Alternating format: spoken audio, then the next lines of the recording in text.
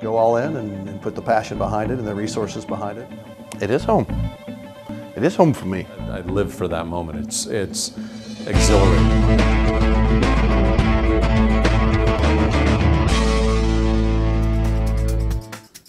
He's the wee Scotsman with the big personality that Energy fans know and love. Assistant head coach James Ritchie. The head of the Keepers has been with the club since its inception. I recently had the chance to sit down with the coach, talk soccer, iron brew, and kilts. We're joined by assistant head coach James Ritchie, also in charge of the Keepers. Ritchie, how are you, buddy?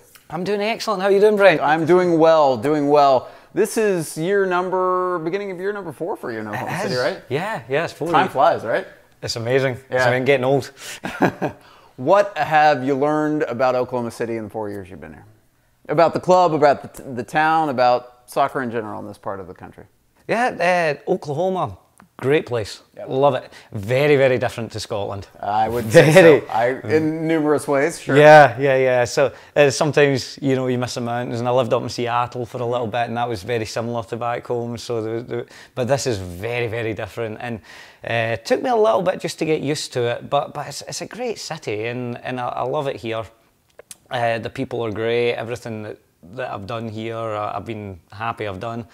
And the only thing that still gets me a bit is the weather in the summer. You don't like the 105 degrees in July? I mean, come on. No, the Scottish aren't built for the sun. I mean, as I say, we're a sort of pasty blue colour. It takes us an hour in the sun to turn white. So nice. So to come out and go from blue to white. I like that. Yeah. Yeah, it's absolutely horrendous at times, but you get used to it, and you man up and you get through it, and it's the same with the boys, and it's an advantage to us as well on the field, because teams come into that, and but it's great. The club's been great. The fans are great.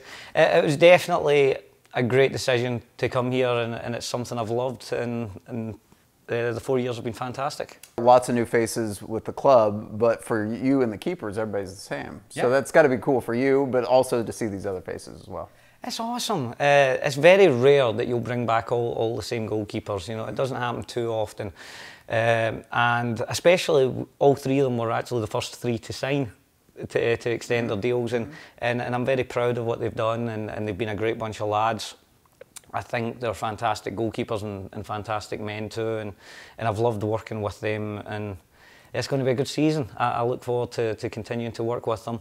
And the new boys that have came in, and the old boys from outfield, it's just been an excellent experience getting to know them, and they're great guys. And as I say, I feel the more I get to know these guys, the better person I become as well, because they are all just great lads, and they want to have a good career, and hopefully we can help them out in that and help push them on.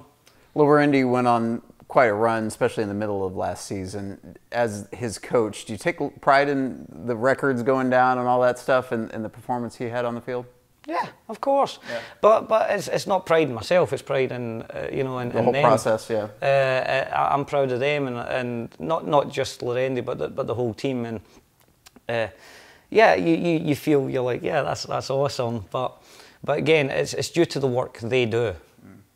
As coaches, we facilitate the game, but they play the game. So it's all on them. Everything that they did, and everything Cody achieved, and everything Cody and the other lads are going to achieve in the future, it's through them. It's through hard work and through their development and listening and working, and it's going to be exciting to see how they evolve over the next few years. Anyone who's talked to you at length knows you're a very bubbly guy, and also we all love the accent. How did you get to the States from, and what's your Scottish background soccer-wise too? I thought you were going to ask how I got the accent. I was like, well, I was born in I was born in Oklahoma. I just decided to put it on for a few years. I know people like that, but hey y'all. Yeah. But no, I grew up in Scotland. I was born in a wee town called Linlithgow, and I grew up in Glasgow. Played a lot of soccer as a youngster. It's sacrilege not to play. It's a religion over there. That's the game. It's not like here where you've got multi-sports and you can pick and choose what you want to do. Over there it's soccer or football, and then further down there's rugby is really after that. And again, played a little bit of rugby, great sport, but as football was the main thing. growing up, and as soon as you can walk, you've got a ball at your feet. And I played a lot over there. Got a chance as I got a little bit older to come across to play in Missouri, just up the road from OKC, you know, so I get a chance to go up and see my old coach. He's still there at Missouri Valley College. And from there, I only spent a little bit of time there. Went back to Scotland, and sadly I got a bit of a knock to my knee, which put an end to my playing days. But luckily it was at an age where I realised I probably went as far as I was going to go as a player. I realised at that point, you know, my dream was to always play pro, but I wasn't quite there. I wasn't quite at that level. So again, things happened for mysterious reasons, you can say, but it actually worked out well, because I got into coaching and I started looking at different ways to stay involved in the game, because I loved it. It'd been my life, and it helped me out a lot as a youngster. It helped keep me focused. And I came back to Cape Cod, spent a couple of years there, went over to Seattle, the Seattle area, Bremerton, Washington, and got coaching there, got coaching with a team. And from there I ended up, by chance, meeting Jimmy. I got invited down by John Pascarella, great lad who was a goalkeeping coach at Kansas City, and he invited me down to come and shadow Kansas. And again, student of the game, I'm far from the coach that I want to be. I've still got a lot of learning to do. So when someone gives you an opportunity like that to come down and watch an MLS team, I took it in a second. And absolutely amazingly, the guy picking me up from the hotel, Jimmy Nielsen, they sent the captain of the team, and that shows what a great guy Jimmy Nielsen was. I couldn't believe it. I thought, you know, if I had to get an Uber there or walk there, I was happy with that. But they sent a lad, and lo and behold, Jimmy pulls up the first day, and he came and got me every day, and we watched a game, and Jimmy got me in with his family, and I sat with them, and we hit it off, and it was great. And that was the year they went on to win it. Sure. And then Jimmy got the job here, and he contacted me after that about coming and working with him, and as I said before, it was a dream come true. What's it like to be a goalkeeper coach with a head coach who is a goalkeeper? Is he hands off with you? Does he let you do your own thing, but also give you that nugget of two that you need to make things better? Yeah, no, we feed off each other. You know, the thing is here, we've got a fantastic bunch of coaches as well.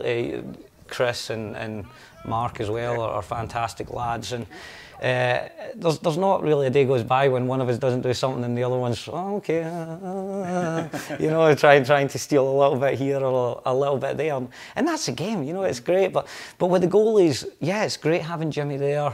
I run some ideas past Jimmy.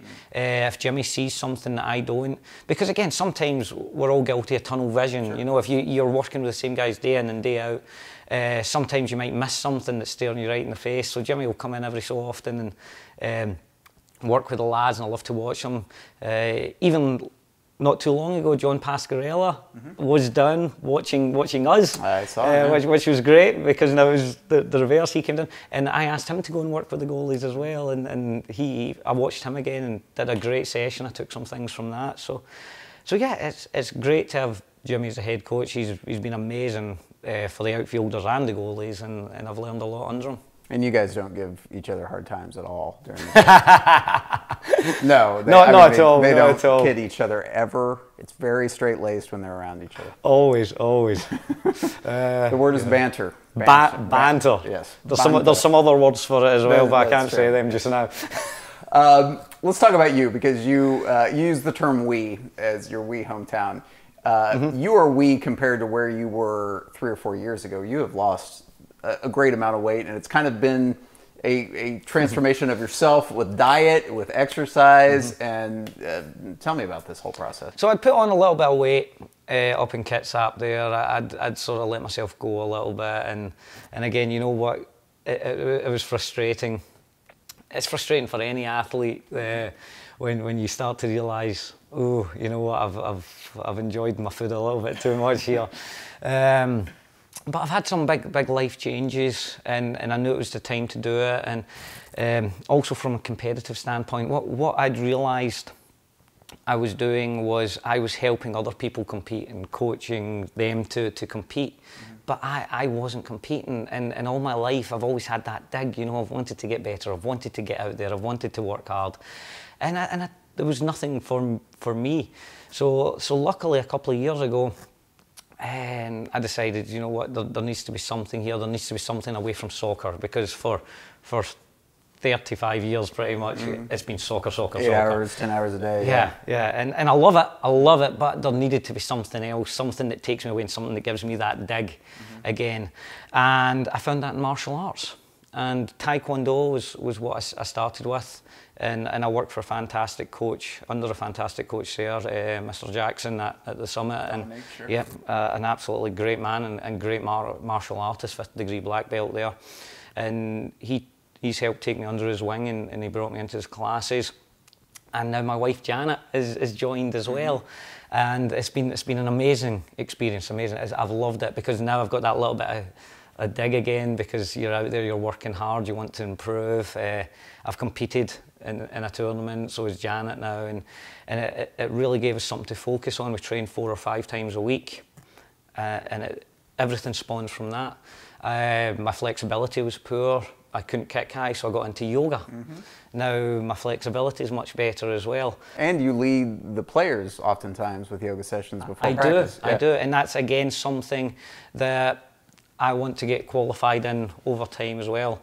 On top of that, because I'm now about 145 pounds roundabout, I'm always up against bigger guys. So I've started lifting weights a little bit to try and get stronger.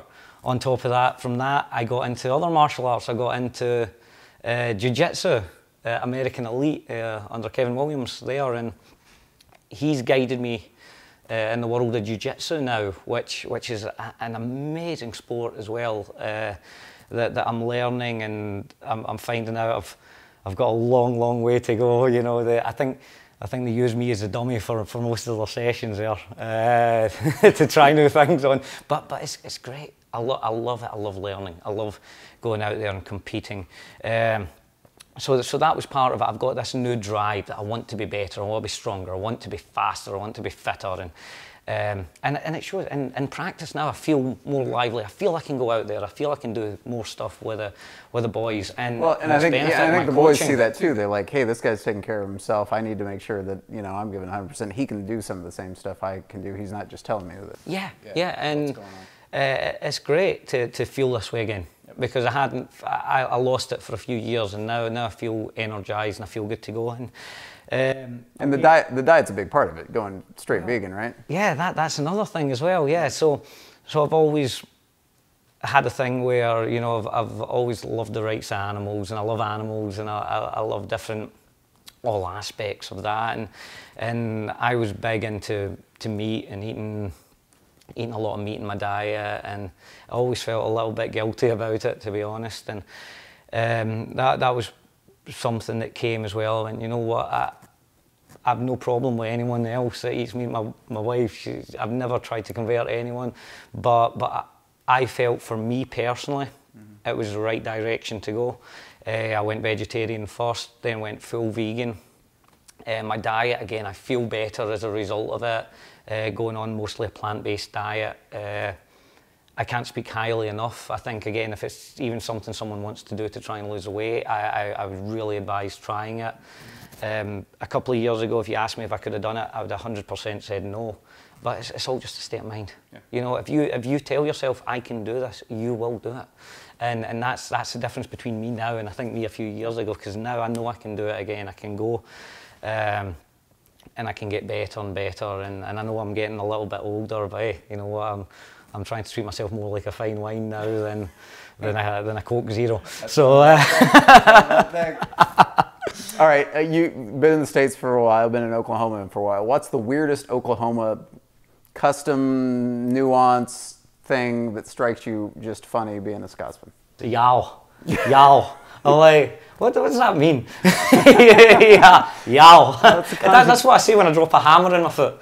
You know? Yow. Yeah. I think that's with a W. This is with an ALL, and it's a bad conjugation, as we know. But yeah, I can only imagine, because, you know, so many people, how do you understand Ritchie? I'm like, I've been around him enough. I know what he's talking about. You're not speaking a foreign language. You just have a different accent. I can only imagine you coming to some of the outlying areas of Oklahoma with the thick accents, and I bet you can't understand. Well, it's not just that. There's been times when I've worn the kilt to nice. some strange places.